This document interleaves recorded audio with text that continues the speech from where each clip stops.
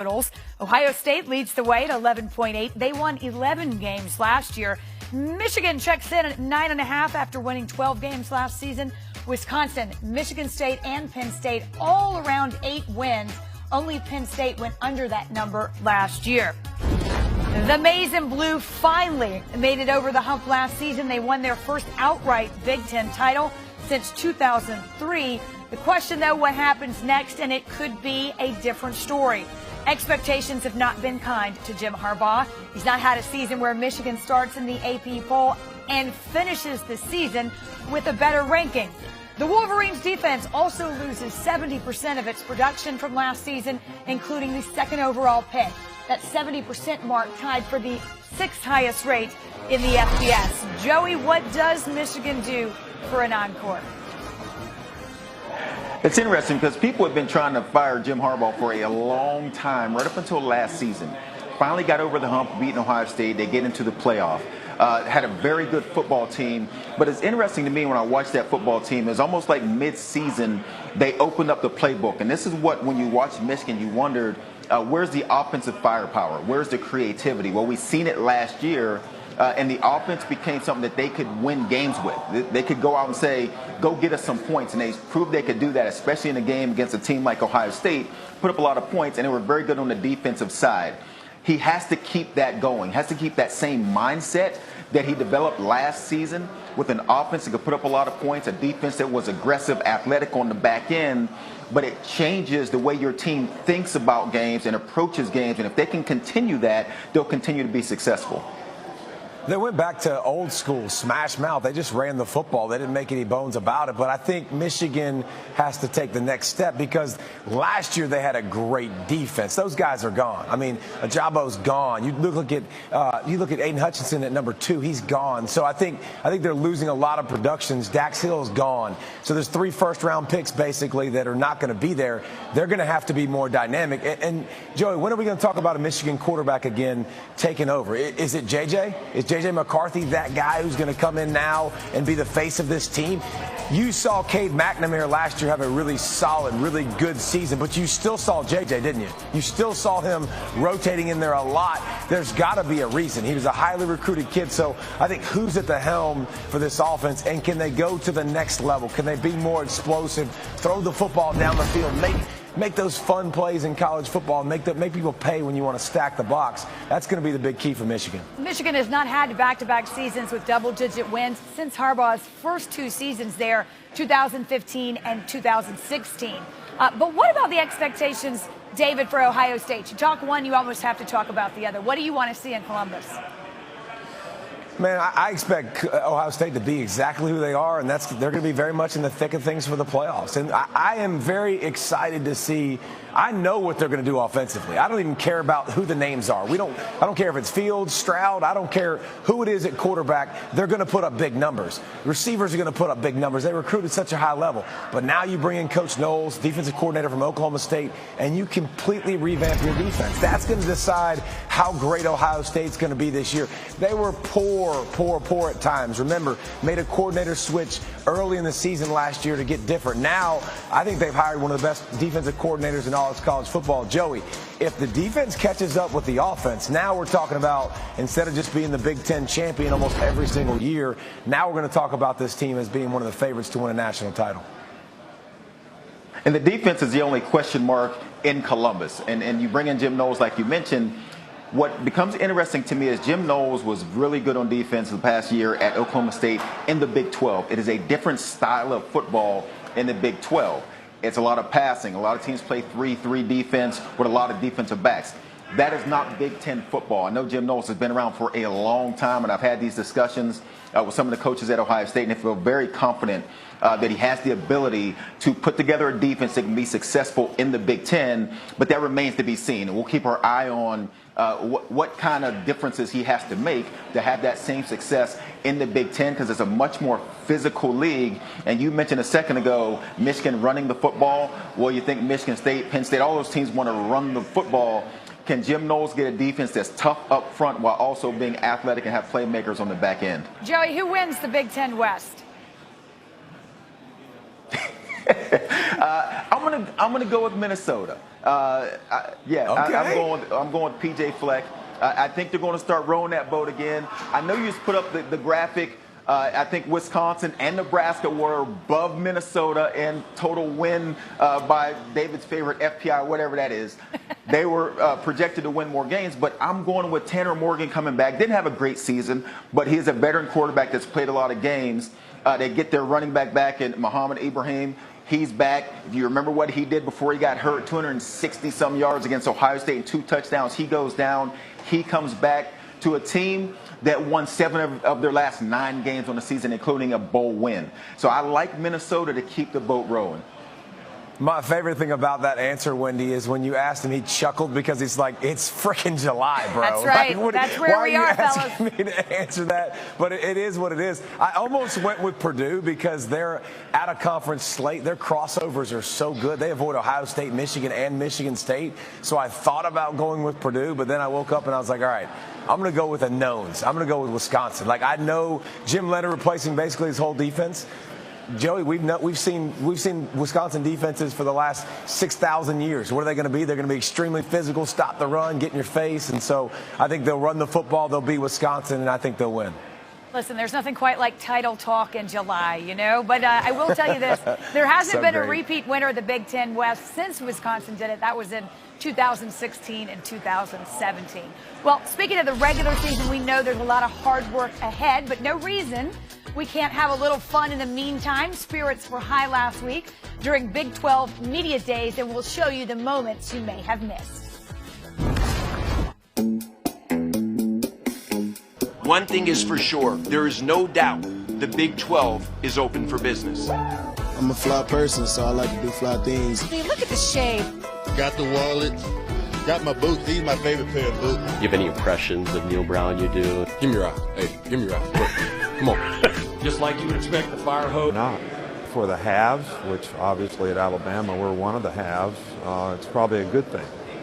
For some of the have-nots, maybe it won't work out as well. Well, Pete Thamel, I have to say, relatively nothing is above Nick Saban's pay grade, but we'll let that stand as it is. But either way, every day it does seem like there's something new about conference realignment. What's the latest buzz? Yeah, Wendy, conference realignment is like the rest of us. It's day to day. And yesterday, the big development was that conversations between the Pac-12 and the Big 12 dissipated. The Big 12 called and said they weren't interested in some type of merger that had been loosely discussed. All eyes are going to go now towards the conversations between the Pac-12 and the ACC, which have been ongoing. We've reported for about a week that there's a lot of pessimism around anything happening between the Pac-12 and the ACC in terms of a scheduling arrangement. So I feel like the next step, Wendy, is that at ACC Media Day, they may address some type of unequal revenue sharing, which could be a path forward for the ACC to be a bit more secure in the future. Well, and when you look at the ACC, isn't there a lot of money connected to that conference? Like, if somebody wants to leave the ACC, what does that entail? That entails a lot of cheddar. Hundreds of millions of dollars. Which ain't going to happen. Like, most of these teams, and Deion said it right. I mean, now, I don't know about the chasing the bag part, but, like, why would you not want to align yourself with a conference that's going to make you a lot of money, secure all of your sports, not just football? And that's what people's doing. I mean, USC is going to go now. They're Olympic sports. Everything's going to be taken care of now by joining the Big Ten. So it's literally about securing your future. It's not about rivalries. It's not about fans. It's not about any of that crap anymore. And you got to, people that are just making those decisions, Wendy, you got to kind of understand that's part of it, and that's what they look at is the revenue stream that they can develop and continue to maintain their program at a high level. Well, sure, and I think everybody's going to have to get their mind around that. This isn't about anything except every particular program and institution trying to do what's best and to maximize their potential and revenue stream. I mean, that's what it is, and that's why we'll continue to see so many things change before we finally settle and the dust settles and we see what it's going to look like. What's interesting, of course, is that right now in a lot of conferences, things will look familiar. Take the Big 12, for example, but that's right now for this season and not for long. Oklahoma and Texas are set to join the SEC. Meanwhile, don't forget, BYU, Cincinnati, Houston, and UCF will join the conference in the coming years. Also, 3 teams will have new head coaches. Oklahoma hired Brent Venables, TCU turned to Sonny Dykes, and then Texas Tech tabbed Joey McGuire. Also, we talk a lot about the transfer portal. The Sooners landed former UCF QB Dylan Gabriel, JT Daniels now at West Virginia, and do not sleep on veteran Adrian Martinez at Kansas State. Here's the new Big 12 commissioner. You know what? I'm learning by fire in some respects, and it's probably the best way to do it. Obviously, with conference realignment and what's at the forefront of college athletics right now, it requires me to jump in. Bob has been a fantastic resource for me. I've spent a lot of time with him. The ADs, the presidents, everyone's been great and very welcoming. So I'm learning by fire, but I feel really good about where this conference is going, what the opportunities in front of us are, and my job is to take advantage of them. And we're recapping the Big 12 Media Day from Wednesday and Thursday. So many changes, new coaches, new commissioner. We're excited to talk you through all of it. I'm here with Dusty Dvorak and Andre Ware. We're going to talk about, number one, the first thing, new commissioner Brett Yormark. What are your main takeaways from hearing him talk on Wednesday and Thursday? Business is open, man. The Big 12 is open for business. My biggest takeaway is, though he did not completely outline his vision, it's very clear. He is here to help add value and help, get the absolute most they can in this upcoming round of media rights. He talked specifically about getting younger, getting hipper, and 100% Brett Yormark, he is a businessman. That's why he was brought to be the commissioner of the Big 12. Yeah, he's in favor of expansion. He is in line with NIL. I think all the things the way where college football is trending to, he is on board with it. And, you mentioned younger and hipper. How does he do it? Social media. And that's what all youngsters nowadays are taking advantage of.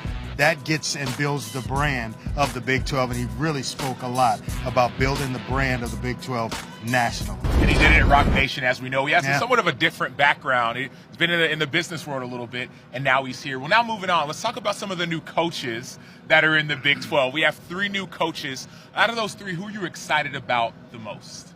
Well, look, I think Joey McGuire at Texas Tech, he was on fire today. Whenever we had a chance to speak with him. I mean, the energy this guy has brought to this Texas Tech program, it is palpable. You can see it on his players' faces. You can hear it in their voice. He's got the inroads with the Texas high school football coaches, 7 former Texas high school football coaches on his staff. They're doing great in recruiting. He just got a big $200 million investment from some of their donors. Joey McGuire, I don't know how many wins they have this year, but man, that arrow, it's pointing up. It's tough to match that energy. I mean, you feel it. You felt it from him. You felt it from the players we got a chance to talk to. But I'll go Coach Venables at Oklahoma.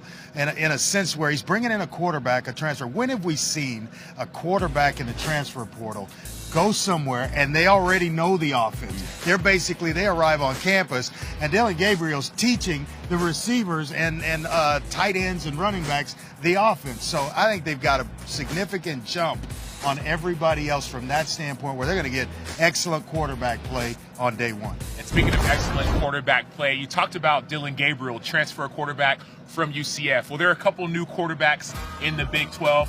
I'm excited about Dylan Gabriel myself, but Dusty, let's go with you. Who are you most excited about of the transfer quarterbacks in the Big 12? I mean, year number 1, I think it's Dylan Gabriel. Throughout the course of their career, it might wind up being Quinn Ewers, but this first year, it's exactly what Andre said. The familiarity, the continuity, understanding this offense, the offensive coordinator, and again, he's already teaching the offense to the players. So I think as far as transfers in year number 1, it's got to be Dylan Gabriel. Yeah, I agree with you, but I'll take a swing in another direction, and that's Adrian Martinez at Kansas State. I think a dark horse to win this conference is Kansas State because what they have on offense. 3 other top pass catchers are coming back this year. They've got arguably one of the better running backs in Deuce Vaughn, elusive. He's going to be in the mix. And then you add Adrian Martinez to that mix along with a good defense. If he can just stay healthy and we get the good Adrian Martinez, Kansas State's going to be a player. I'm going to take care of the football, too. No doubt. If he does that, he's going to be good. Yeah, he's going to be good. And there was obviously some huge games. Last year he had almost beat Ohio State at Nebraska, so that was really exciting. Well, there are a couple of non-conference games that we're excited about as well. Obviously, the Big 12 is changing. There's so much shifting. But we've talked about BYU and Baylor, talking about Oklahoma has a couple of non-conference games. Week 1, we got the backyard brawl. First time in a long time, we got Pitt and West Virginia. Obviously, we're excited about that. That's going to be in September 1st. That's going to be a huge game. What do we think about that? I love the game. I love the rivalry. It's one of the few that we've been able to or managed to keep in college football. That's one that you turn on each and every day, but it's hard to ignore Alabama and Texas in week 2. It's going to be a great litmus test to see exactly where Steve Sarkisian's team is week number 2. And look, it's going to be a tough ride here on Dave Aranda's squad to go on the road. Look at that kick time of that game. It's going to be late. That's a tough place to play in Provo. Baylor beat up on BYU last year. They're going to look to return the favor. Iowa State, what do you think about that one? Yeah, I'm in agreement with Dusty. I think Iowa State finally gets over the hump against Iowa this year. A lot has gone out the door at Iowa. Both teams are trying to regroup and get themselves ready. But I like what Matt Campbell's building in Ames. One of the best rivalries in college football is back. We saw it this year in Norman. Go to Lincoln, Nebraska this upcoming season. I think that's going to be a phenomenal game and one that Brent Venables really needs to make sure they take care of business. And I see a couple things, a couple rekindled rivalries, but also some of the teams that are playing, these are non-conference games. Soon, in a couple years, they may be conference games, with BYU being one of the teams coming to the Big 12, Houston as well. Out of these teams that are coming to the Big 12, what are you most excited about seeing in some of these matchups? I think they fit well with what's going on in the Big 12. There's been this shift of wide open offenses and very little defense to games being won in the trenches. And I think all 4 teams coming in, with maybe the exception of UCF, but Houston runs the football. We know BYU can run it. Cincinnati's a physical football team, along with UCF coming in, bringing an exciting football. We here to win. In traffic, Taylor Morin went up and snagged it. You better bring the noise. Don't sleep on those legs. Oh, he faked the slide. Sauce time. Did that work? Touchdown, Pitt. Try to make a move, step up, got a lot to prove. Room service, ring it up, touchdown Panthers. Wow, offensive football is on full display. And another pick by Hartman, he's going to crib it. Allen, Houston, touchdown Pittsburgh. Great move, touchdown Pittsburgh. He shook Gavin Holmes to get into the end zone. Cause we here to win, we here to win. As Kenny Pickett will take a bow. The Subway ACC Championship belongs to Pittsburgh by virtue of their 45-21 victory. You can say there was a changing of the guard. Pitt was the first team in the ACC not named Clemson to win the conference title since 2014. Caesar Sportsbook says, though, Clemson will be back on top this season. There are 4 new head coaches in the league, all in the Coastal Division. The biggest name, perhaps Mario Cristobal, who lands back home in Miami after 4 full seasons at Oregon. And the conference has announced it will be the last season with 2 divisions. They will move to 1 in 2023. But for now, our FPI says Clemson has the best chance to win the Atlantic and Pitt for the Coastal. Clemson also the favorite to win the conference as a whole, 59% according to our FPI. Miami right after, but only other team with at least a double-digit chance. UNC and Pitt follow at 7% each. ACC Network analyst EJ Manuel checks in. And EJ, let's start with Clemson. Do you agree? Will it be a bounce-back season for the Tigers?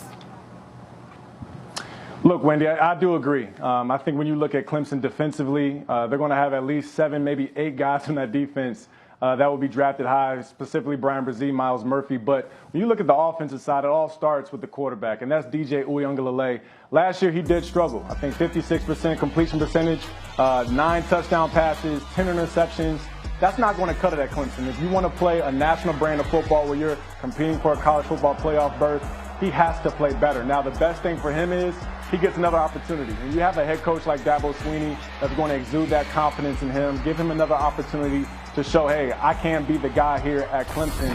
But don't forget, you got a young freshman coming in, Cade Klubnik. He showed well in the spring, and obviously he's going to be pushing for that starting job as well. You know, Clemson, in one sense, a victim of its own success. They've set that bar so incredibly high. EJ, if we take the Tigers out of the mix, who are you watching elsewhere in the ACC? Wendy, it's going to be NC State. I think the Wolfpack and what they showed last year was so impressive. Obviously knocking off the big dog in Clemson at home. They had a couple losses late in the season that obviously cost them the opportunity to play for an ACC championship.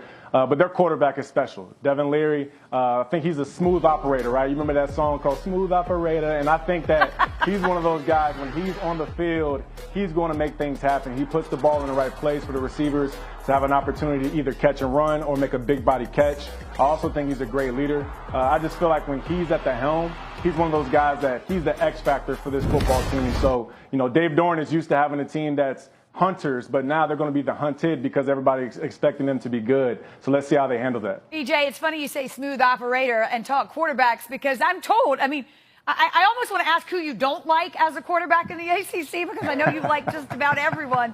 So that said, I know you're high on these QBs. Who stands out?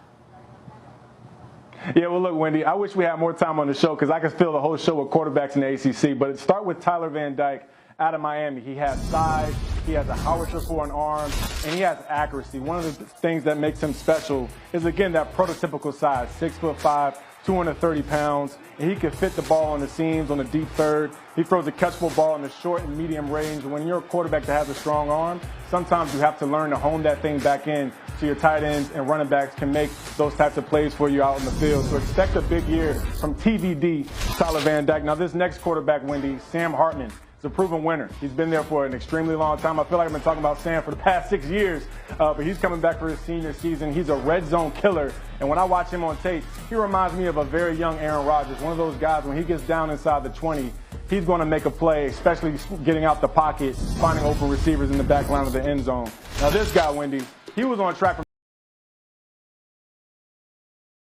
1,000 yards last year. He had a shoulder injury late in the season that kind of sidelined him a little bit, but he's a gunslinger, and that's Brennan Armstrong. He's mobile. He has great anticipation on the interior throws like seams and digs, but also he can get loose with his ball security. So that's one area where I would really like to see Brennan grow because he has that confidence, but you got to reel it in and protect the football. Now, this last quarterback, Wendy, he's my favorite. All right, it's Malik Cunningham, and I think he has the great combination of pass and run. I like to say he's baby Lamar in a way because this dude is so explosive when he takes off and runs. But not only is he a runner, he's an excellent passer. He's thrown, I think, only 6 interceptions last year, 19 touchdown passes, 20 rushing touchdowns. So really, if Malik Cunningham's on the field for Louisville, I'm expecting to see a lot of wins. If he can put it all together, this could possibly be a Heisman contender. All right, EJ, I'm sorry we don't have more time either, but I know we'll talk to you as we get underway. The season coming fast. Thank you. ACC Media Days get underway this week. On Wednesday, it will be the Atlantic side of the conference. That includes Clemson, Wake Forest, and Florida State. And then on Thursday, we turn to the Coastal. That means we'll hear from teams like Pittsburgh, who won the division. Senior college football writer Heather Dinich joins us now. And Heather, we know the ACC is in the middle of all this, talking about conference realignment. How will it factor into the future landscape of college football? Well, Wendy, multiple sources inside the conference have said that the general sense is no one is going anywhere anytime soon because the reality is it would be far too costly because the grant of rights extends through the 2036 season. So the conversation has turned to how do we make our schools happy? How do we keep them happy? And it's about revenue distribution. Some schools are asking for more money for a bigger slice of the pie. And I actually spoke to a source in the Big 12 earlier today who said they might want to consider it because had we given OU and Texas a little bit more money, maybe they would have had second thoughts about going to the SEC. Well, Notre Dame, it's interesting, plays a partial ACC schedule, but they are still an independent. And a lot of people question the Irish. Do you hear they'll stay that way, or do you expect eventually they will join a conference? Well, they're in no rush to make that decision, Wendy. Notre Dame Athletic Director Jack Swarbrick has told me as much, that they want to see the landscape settle right now. They don't have to do anything. If they were to join a conference contractually, it would have to be the ACC unless they were to withdraw their other sports out of that conference, pay an exit fee, pay the grant of rights fee, then they could play football wherever they wanted to. But my sources indicate they are certainly in no rush to make any decision. Makes a lot of sense. As for what happens on the field, let's talk football. A bit of a down year last season for Clemson. Dabo Swinney also had to replace his offensive and defensive coordinators. What was that process like for Dabo? According to Dabo, it was all of 30 seconds because that's what he does, and a total of a minute, one for the defensive and one for the offensive coordinator. Tommy Streeter, he promoted from within. He worked with Deshaun Watson and Trevor Lawrence, but he's never called a play in his life. And then you look at his defensive coordinator, Wes Goodwin. He was Brett Venables' right-hand man, but he was a defensive analyst. So essentially, as long as these guys have been on staff 7 to 10 years,